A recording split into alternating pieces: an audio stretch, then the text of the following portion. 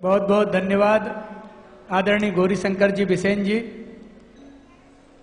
बहुत ही मार्मिक सा प्रसंग उन्होंने चालू कर दिया था कि अपने परिवार में जो दुर्घटना घटी और छोटेपन से ही संघर्ष के साथ आज मध्य प्रदेश सरकार के वरिष्ठ मंत्री हैं। मैंने जरा सा निवेदन भाई साहब से करा तो मुझसे ही पूछ रहे थे कितना आप बोलो। मैंने कहा बाबा महाकाल का दरबार है, आप यहाँ पधारे हैं, आपकी जो इच्छा हो। तो उन्होंने 1,11,111 रुपये गुरुकुल के उन बच्चों के लिए दिए हैं। मैं बहुत बहुत उनका आभारी हूँ और पूज्य महाराज श्री के चरणों में फिर निवेदन करता हूँ कि जो प्रसंग चल रहा था उसे आगे की ओर बढ़ाएं। पूज्य महाराज श्री। बोलिए महाकालेश्वर भगवान की। हमारी तो मुलाकात ही अचानक होती है। सुसारी में जब कथा चल रही थी तब भी रात को 11:15 बजे ही आकर के मिले थे सुसारी में। तो अपनी सरकार के लिए बहुत बहुत बहुत मेहनत की और उसका परिणाम भी शहद से भी ज़्यादा मीठा निकला। और जब रिजल्ट आया सुन के बहुत बढ़िया लगा, बहुत अच्छा लगा। तो अपने मन के उद्गार रखे हैं। और वृंदावन के आयोजन में भी भाव की तरफ से एक बहुत बड़ा सहयोग आयोजन के लिए था। तो आपकी वाणी का बहुत बहुत सम्मान। और फरवरी के आयोजन के लिए 2013 में जो आयोजन होने वाला है उसके लिए भी अपनी मन की बात को रख दिया ही है। आयोजन इतना बड़ा होगा, इतना विराट होगा, जिसके लिए हम और आप अभी उसकी कल्पना नहीं कर सकते, क्योंकि उसके आयोजक साक्षात भगवान कोटेश्वर नाथ प्रभु हैं। संयोजक के रूप में कैबिनेट मंत्री श्री गौरीशंकर जी बिसेन। और आइए अब थोड़ा सा आगे की तरफ चलता है और वहीं कथा से अपने आप को जोड़िए जहां पर आप बिल्कुल थे। भगवान ने मित्रता का दर्जा बढ़ाया, सुग्रीव को स्वीकार किया है। सुग्रीव की आंखें भर आईं और कहा प्रभु आप चिंता ना करना, माता जानकी के पते के लिए पता लगाने के लिए मेरी पूर्ण व्यवस्था होगी, पूरी कोशिश होगी। कुछ अलंकार आभूषण प्रभु को दिखाए गए। लखनकों का देखना ये जानकी के ही है क्या? लखनलाल बोले प्रभु जहां मेरी दृष्टि सदैव चरणों में रही, मुंह की तरफ देखा नहीं तो कुंडल के ये कान के कुंडल की बात मैं कैसे कर सकता हूं? लखन का चरित्र पवित्रता से वैराग्यता से भरा हुआ चरित्र। तत्पश्चात बोल दिया कल तुम्हें युद्ध में जाना है। युद्ध की बात कही, भाई भाई का प्रेम कहा। अब प्रभु कृपा करऊं यही भांति सब तज भजन। अब मुझे कुछ भी नहीं चाहिए, सब निवृत्ति हो गई, बस आपके चरणों में मेरा मन लगा रहे। प्रभु का तो संकल्प है, वो संकल्प भी आगे खुल करके आएगा। योद्धा करने के लिए पहुंचना हुआ है। सुग्रीव का ललकार के कहा, पत्नी ने समझाया, बाली को एक भी बात मानी नहीं है। युद्ध करने के लिए आया और दिन में सुग्रीव को 50 बार उठा करके नीचे पटका। सुग्रीव प्रभु के दरबार में आके बोले भगवान आप मेरे मित्र हैं या पूर्व के दुश्मन? क्या हुआ? मार खाने में कोई कमी नहीं रही। प्रभु बोले दोनों का मुखड़ा एक सा, मुंह एक सा है, पता ही नहीं लगता बाली कौन सा है, सुग्रीव कौन सा है। सुग्रीव है जीव और बाली है कर्म। एक कर्म की मार से ही तो व्यक्ति परेशान है। कर्म की मार से बचने के लिए तो हमें प्रभु की शरण चाहिए। प्रभु ने कहा कल तुम्हें विजय मिलेगी। सुग्रीव दूसरे दिन युद्ध में गए। भगवान ने पीछे से बाण खींच करके मारा, बाली धड़ाम से नीचे गिरा। भगवान सामने जाके खड़े हो गए। रोता हुआ बाली कहता है भगवान सुना था आप अवतार पुरुष हैं, धर्म की स्थापना करने के लिए आए, धर्म हेतु अवतरे, धर्म की स्थापना के लिए आए और आपने मुझे व्याध की तरह मारा।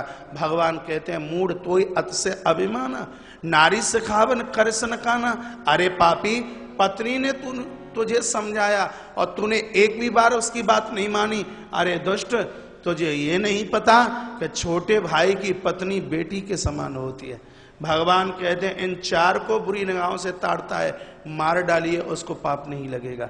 रामायण में से कुछ लेकर के हम जाएं। अनुज वधु भगनी सुत नारी। अनुज वधु छोटे भाई की पत्नी, बिल्कुल बेटी का दर्जा है, उसको बेटी का दर्जा दीजिए। उर्मिला को भगवान राम ने अपनी बेटी का दर्जा दिया। उर्मिला को प्रभु राम ने अपनी बेटी का दर्जा दिया। प्रसंग कल आप विस्तार से सुन पाओगे। भगनी सुत नारी, भगनी तो बहन है ही, भगनी सुत और उसकी पत्नी। भगनी बहन के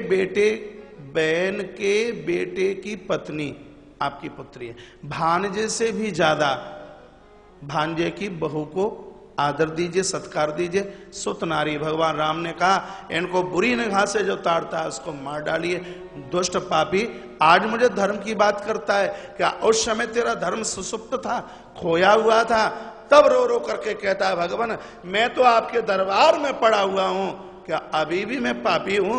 मैंने तो ये सुना था कि आपके दरबार में जो व्यक्ति पहुंचता है पाप ऐसे करते हैं जैसे ऊपर से बूंद गिरने से धूल का पता नहीं लगता, माचिस की तीली दिखाने से महाराज कपूर का पता नहीं चलता। मुझे तो लगता है कि शायद आपके दरबार में जो उसके हृदय में तो पाप रहना नहीं चाहिए। भगवान खुश हो गए, कहा बाली तू चाहे तो तुझे जिंदा कर दूं। बोलता है जीवन तो नहीं मैं चाहता, क्योंकि बड़भागी हूं, मरते समय आपका नाम नहीं निकलता और मेरी आंखों के सामने तो साक्षात प्रभु राम खड़े हुए हैं। और ये चौपाई बराबर गाते हैं, वो इस बाली के ही मुंह से निकली हुई है कि जन्म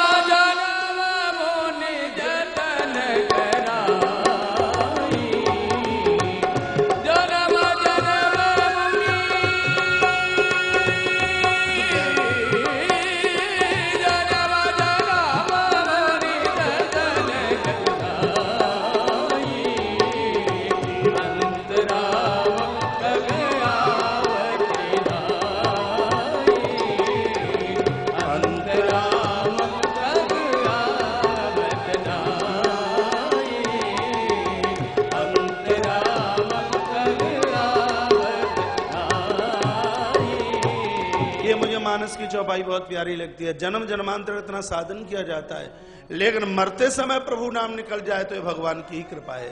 भगवान आप मेरे सामने हैं, इससे बड़ा और मेरा भाग्य क्या हो सकता है। अंगद की उंगली भगवान के हाथ में पकड़ा दी, आपका विवेक ही अंगद है।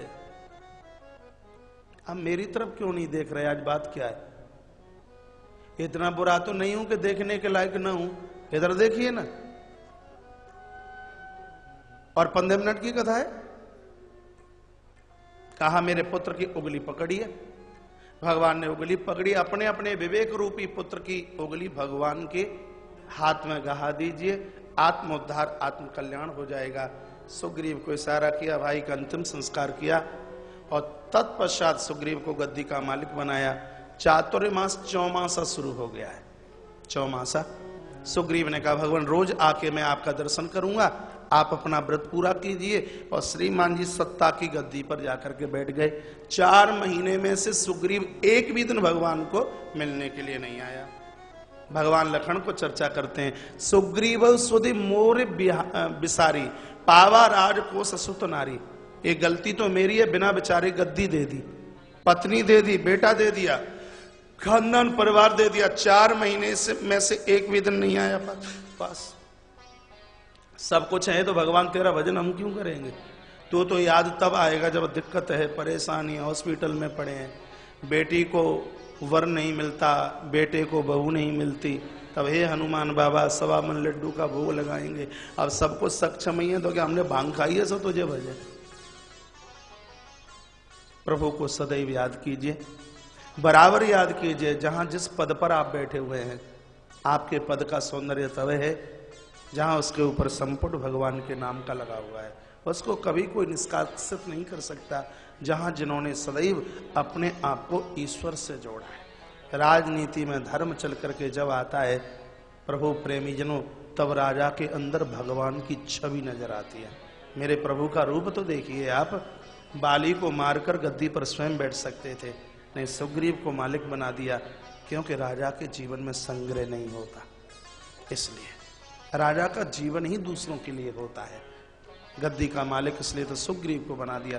सुग्रीव एक भी दिन प्रभु को मिलने के नहीं आया। लखन को कहा कल मार डालूंगा। लखन ने कहा ये तुम्हारी बातों में कल कल क्यों होती है? कल नहीं आज, और आपको जाने की जरूरत नहीं, मुझे बोल दीजिए, बताइए जिंदा लेकर के आऊं या मरा हुआ लेकर के आऊं?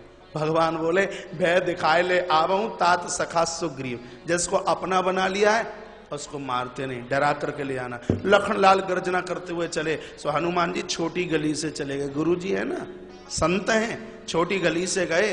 सो महाराज राज सत्ता की मदरा पी करके पड़ा हुआ था सुग्रीव, हनुमान जी ने कहा जिस सड़क से भाई साहब बाली गए हैं उस सड़क पर बैरियल नहीं पड़ा, अभी 2 मिनट में भाई साहब से मुलाकात हो जाएगी, लखनलाल आ रहे हैं। और ये खड़ा हो गया सुग्रीव का, कैसे भी बचा लीजिए, कैसे भी बचा लीजिए, मैं क्या करूं? का आगे जाइए, प्रभु के चरणों में झुकना और भगवान तुमको उठाने के लिए झुकेंगे और इतने में मैं भगवान के चरण पकड़ लूंगा। और मैं जानता हूं कि शरण में आए हुए को भगवान कभी दुत्कारते नहीं। आगे हनुमान, पीछे सुग्रीव। हनुमान ने प्रणाम किया, राम जी ने कहा ओरे हनुमान और सब ठीक है? और इतने में सुग्रीव ने चरण पकड़ लिए और भगवान ने सुग्रीव को उठाया, अंक में भरा और कहा तू तो मेरे लिए भरत से भी ज्यादा है। ये दयालुता भगवान की है। 2 मिनट पहले कह रहे थे मार डालूंगा, 2 मिनट पहले राम का शब्द था कि उसी बाण से मारूंगा जिससे बाली को मारा, लेकिन जब चरण पकड़ लिए तो कह दिया कि तुम तो मेरे लिए बिल्कुल भरत से भी ज्यादा है। तब सुग्रीव रो पड़ा, कहा भगवान मैं करूं तो करूं क्या? जिस व्यक्ति के अंदर ये 2 प्रकार के दोष ना आए वो नर नहीं, वो साक्षात नारायण है, और वो दोनों दोष लिखने के लायक हैं। जब तक साधु का हाथ पापी के ऊपर रहेगा तब तक राम रावण को मार नहीं पाएगा। पहले संत कृपा को अलग कीजिए। प्रभु राम की आवाज है, जिसके ऊपर संत का हाथ है, गुरुजनों का हाथ है, अरे उसका तो बाल बांका परमात्मा भी नहीं कर सकता। अब जानकी कहां है? तो राम जी को पहले से पता था। लंका हनुमान को भेजना उसमें मुख्य उद्देश्य यही था कि लंका से संत विभीषण की कृपा अलग करनी है। संत की कृपा अलग हो जाएगी तो पापी को नीचे गिराने में फिर मुझे कोई तकलीफ नहीं होगी। दूसरी बात कान में ये कही कि हनुमान सुनो, जब तुम जानकी के सामने प्रकट होगे तो जानकी विश्वास नहीं करेगी कि तुम मेरे अनुचर हो, मेरे दूत हो। तो जानकी ने मेरा एक गोपनीय नाम रखा है, क्या? करुणा निधान। और जब विश्वास ना करे तो मेरी करुणा निधान कह करके सौगंध खा जाना, तो जानकी तुम्हारा विश्वास कर लेगी। ये आगे चौपाई आएगी सुंदरकांड में, सत्य शपथ करुणा निधान की, आगे आप सुन पाएंगे। तत्पश्चात महाराज सब चल पड़े हैं और पहुंचे। प्यास बहुत जोर से लगी थी, सो एक गुफा में प्रवेश कर गए। ये बंदर वालू गुफा में प्रवेश कर गए। अब प्रवेश तो कर गए लेकिन बाहर निकलने के लिए रास्ता मिलता ही नहीं है। पूरी कथा आपकी चल रही है। गुफा क्या है? एक गृहस्थ आश्रम ही तो गुफा है। इस गृहस्थ आश्रम रूपी गुफा में सब प्रवेश तो कर गए, छटपटा रहे, लेकिन बाहर निकलने के लिए रास्ता नहीं मिलता। मन सबका कर रहा है वृंदावन जाए, हरिद्वार जाए, तीर्थों में जाएं, बद्री केदारनाथ जाएं, लेकिन छटपटा रहे हैं, जा नहीं सकते, क्योंकि गृहस्थ आश्रम की गुफा में से बाहर निकलने के लिए रास्ता ही नहीं मिल रहा। यहाँ एक देवी बैठी जिसका नाम था स्वयं प्रभा। स्वयं प्रभा ने बंदर भालुओं से कहा कि तुम अपनी आंखों को बंद कर लीजिए और अभी 1 मिनट में मैं तुम्हें समुद्र के तट पर पहुंचाई देती हूं। जो ही बंदर भालुओं ने अपनी आंखों को बंद किया और जैसे ही अपनी आंखों को खोला तो सबने अपने आप को सागर के तट पर महाराज देखा। तो इसका मतलब क्या है? संसार के भोगों से जब तक अपनी आंखों को बंद नहीं करोगे तब तक गृहस्थ आश्रम की गुफा से निकल करके बाहर आ ही नहीं सकते। दुनिया के भोगों से अपनी दृष्टि को बंद कीजिए। तत्पश्चात सागर के तट पर पहुंचे। यहाँ एक गीत संपाति ने कहा क्या लाल लाल बंदर परमात्मा ने खाने को दिया है, बहुत दिनों से भूखा था और इन बंदरों को खा करके अपनी भूख की निवृत्ति करूंगा। तब अंगद ने कहा जामवंत जी को, एक वो भी जटायु था जिसने माता जानकी को बचाने के लिए अपनी जिंदगी की कुर्बानी दे दी, प्रभु राम ने इसलिए उसका अंतिम संस्कार किया, और एक ये भी अपराधी हमें खाने की बात करता है। संपाति ने कहा कौन हो तुम, किसकी बात करते हो? ये जटायु तो मेरा भाई था। कहा उसी का तो दान मेरे प्रभु ने किया। संपाति की आंखें भर आईं और कहा कि मुझे दिखाई दे रहा है, मैं तुम्हारा सहयोग करूंगा। अशोक वाटिका में माता जानकी अशोक वृक्ष के नीचे बैठी हुई है। कहा हमें तो दिखाई ही नहीं देता। कहा गीध ही दृष्टि अपार, हमारे पास में दृष्टि ज्यादा है, क्या करूं, अब मैं बूढ़ा हो गया, नहीं तो मैं तुम्हारा जरूर मैं कोई सहयोग करता। अब 100 योजन के सागर को पार करके कौन जाए? तो सबने अपने मुखिया श्री जामवंत जी महाराज को देखा। तो जामवंत जी ने कहा ये रामचरितमानस के किष्किंधा कांड का दोहा नंबर 30, जो लोग सुंदरकांड का पाठ करते हैं, सुंदरकांड का पाठ यहां से आरंभ कीजिए, किष्किंधा कांड के दोहा नंबर 30 से। बल बांधत प्रभु बाड़े हु, सो तनु बरन जाए, उबे घड़ी में दीनी 7 प्रदक्षिण धाये। जामवंत जी बोले क्या बताऊं, बूढ़ा हो गया, नहीं तो जब वामन भगवान प्रकट हुए मैंने 7 परिक्रमा कब लगाई पता भी नहीं लगा। अंगद की तरफ दृष्टि पहुंची और कहा अंगद ये कार्य तुम कर सकते हो। देखिए सुंदर चौपाई, दोनों हाथ पीछे तक, सुंदरकांड का आरंभ होने वाला है, 5 मिनट की कथा है। अंगद कहे चाहूं मैं पारा, जिय संशय कछु फिर दीवारा। पीछे वाले ताली नहीं बजा रहे।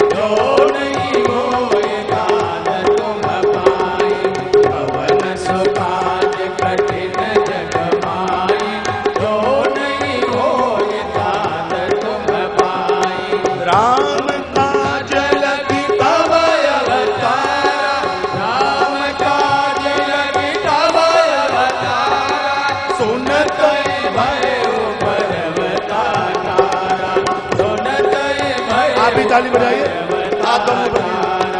राम काज लगी तब अवतारा, सुनत भयो पर्वताकारा।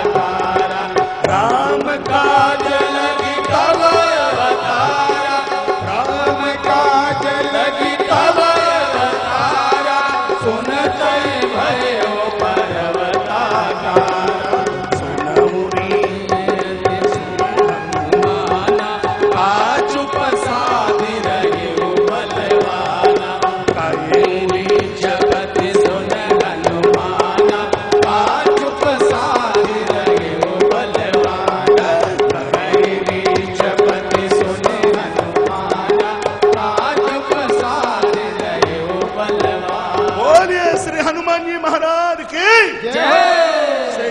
महाराज ने अंगद को कहा कि ये कार्य आप कर सकते हो।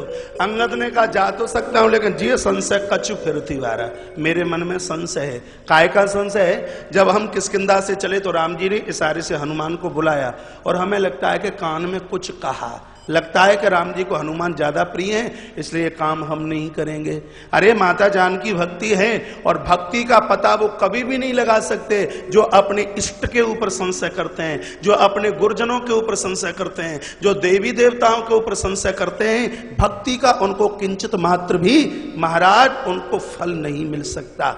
नहीं, अंगद में सक्षमता थी, वो ये कर सकते थे, लेकिन दिमाग में बात आई कि राम जी को हनुमान ज्यादा प्रिय हैं। सीधी दृष्टि बजरंगी के ऊपर पड़ी और कहा हनुमान क्या तुम्हें ये नहीं पता कि तुम दुनिया में काय के लिए आए हो? हनुमान को थोड़ा बताना पड़ता था। महाराज कबन सो काज, दुनिया का ऐसा कौन सा कार्य है जिसको तुम ना कर पाओ? क्या तुम्हें नहीं पता राम काज लगी तब अवतारा, आपका धरती पर आगमन ही प्रभु कार्य के लिए हुआ है। जब इतना कहा तो जय श्री राम की आवाज करते हुए हनुमान खड़े हुए और कहा जामवंत जी को बोलिए मुझे क्या करना है? यदि आप कहो तो मैं लंका को फाड़ करके सागर में डुबो दूं, यदि आप कहो तो रावण को इतना मारूं कि उसके खानदान में कोई रोने वाला ना रहे, और यदि आप कहो तो माता जानकी को पीठ पर बिठाकर प्रभु राम के चरणों में ला करके उतार दूं। बताइए मुझे 3 कार्यों में से कौन सा कार्य करना है? जामवंत जी ने कहा तीनों में से एक भी नहीं करना। ना तो लंका को उखाड़ना है और न रावण को मारना है, न जानकी को लाना है, तो सिर्फ जानकी का पता लगा करके वैसे ही जैसे जा रहे हो बिल्कुल वैसे ही वापस चले आना। किष्किंधा कांड के पुष्प को महाकाल प्रभु के चरणों में समर्पित करते हैं। जय जय श्री रामचरितमानस से कलकर्ष विध्वंस ने कौन सा सोपान है?